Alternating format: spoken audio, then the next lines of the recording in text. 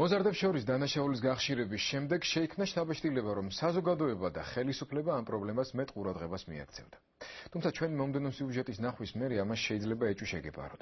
ჩვენ დღეს ერთ-ერთი ბავშვთა ცენტრის შესახებ გიამბობთ, რომლის ფუნქცია სოციალურად დაუცველი ოჯახებისთვის ბავშვების აღზრდაში დახმარების გაწევა იყო. ეკონომიკურად გაჭირვებულ მშობლებს შეეძლოთ ცენტრში ბავშვი დროებით დაეტოვებინა და შემდეგ, როცა მოესურვებოდა, წაეყვანათ. ამ ხნის განმავლობაში იქ ბავშვის გამოყვებასა და მის აღზრდაზეც ზრუნავდნენ. ცენტრმა 5 წლის წინ ჩატარებულ ტენდერში გაიმარჯვა და 5 წლიანი დაფინანსებაც მიიღო. ვადის ამოწურვის შემდეგ მათ კიდევ ერთი ტენდერი მოიგეს, მაგრამ დაფინანსება უკვე ბიუროკრატიულ ლაბირინთში დაიკარგა. ბავშვთა ცენტრი რწმენა დაიხურა. ბავშვები სახლში გაუშვეს, ვისაც სახლი არ ჰქონდა, ქუჩაში აღმოჩნდა, ზოგიც ბავშვთა სახლებში გადაანაწილეს. სიუჟეტი, რომელსაც ბავშვთა ცენტრ რწმენის შესახებ გთავაზობთ, ჩვენს მიერ მომზადებული არ არის. ის თეატრისა და კინოს სახელმწიფო უნივერსიტეტის ტელერადიო გადაცემების წამყვანის ფაკულტეტის სტუდენტის ეკა ადეიშვილის საკურსო ნამუშევარია. ბავშვთა ცენტრის შესახებ თავადაც გსურდა სიუჟეტის მომზადება, მაგრამ როცა მისი პრობლემის შესახებ შევიტყვეთ, ცენტრი უკვე დახურული იყო.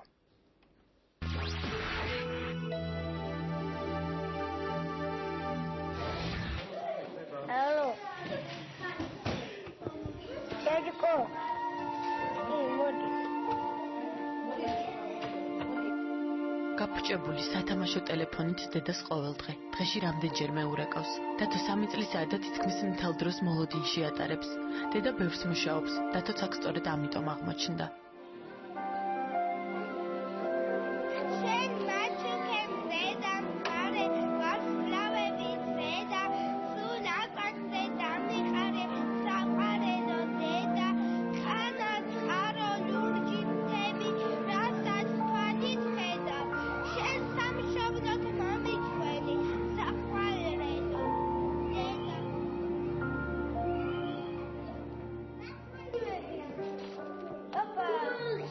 სახლში გიორგი ყველაზე ცელქია, არც კამერა აშინებს და არც უცხო სტუმრები.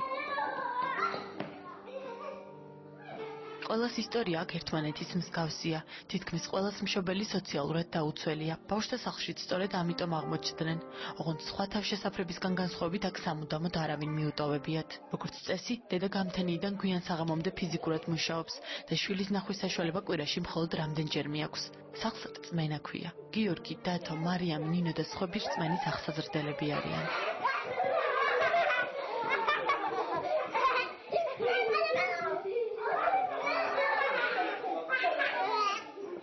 სახლში ახლა 30 ბავშვი ცხოვრობს.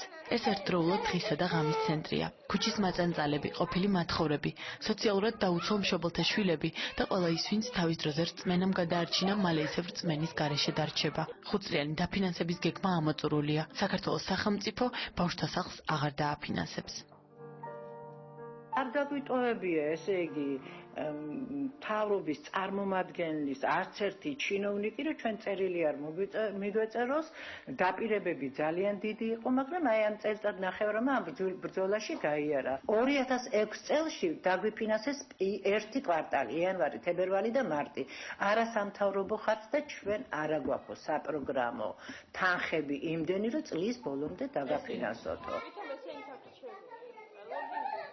დროსთან ერთად ფინანსებიც თანდათან კლებულობს. ახლა უკვე ერთჯერადი დახმარების ხარჯზე არსებობენ. ბავშვებიც ხან წყალწმიანს მიირთმევენ და ხანაც მხოლოდ დღესასწაულებზე მორთმეულ ტკბილეულს. ახლაც სადილის დროა. დასწავლებელო მაკასკოვი არა. რწმენაში თითქმის ყველა უკვე წლებია უხელფასოდ მუშაობს. პირადად მე სად წავიდე 83 წლიდან აქ მუშაობ, ამ კედლებში დავბერდი. ამ ბავშვებს მსახურობთ ძალიან მიჭირს ამ ბავშვების დათმობა და ბავშვებიდან საერთოდ სხვა სისტემაში მუშაობის დაწყობა. თუ ხელფასი არ იყო, როგორ უნდა იმუშაო? იცის რომ გიორგია, თანაც უცნობი. მალე გიორგი ნაცნობ სახლს დატოვებს და სხვაგან სხვა ცხოვრებას დაიწყებს.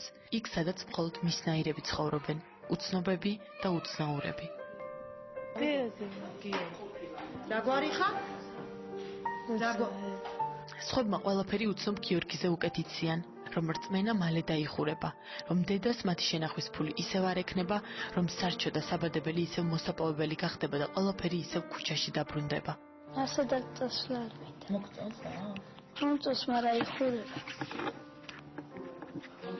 და მე საწახო რა დაიწყო. ალბათ სახში. დედიკოსთან? ბებიაჩემთან. ბებიას აქვს მე საშუალება შეგებულოს. საშუალება ქონდეს აქ არ მომიყვანთ. სულ აქვთ მე წავალთ. მე დაიხურება ეს ბაღი და ჩვენ წავალთ. სხვაგან არ გინდა? სხვაგან არა, აქ მიჩეული ვარ.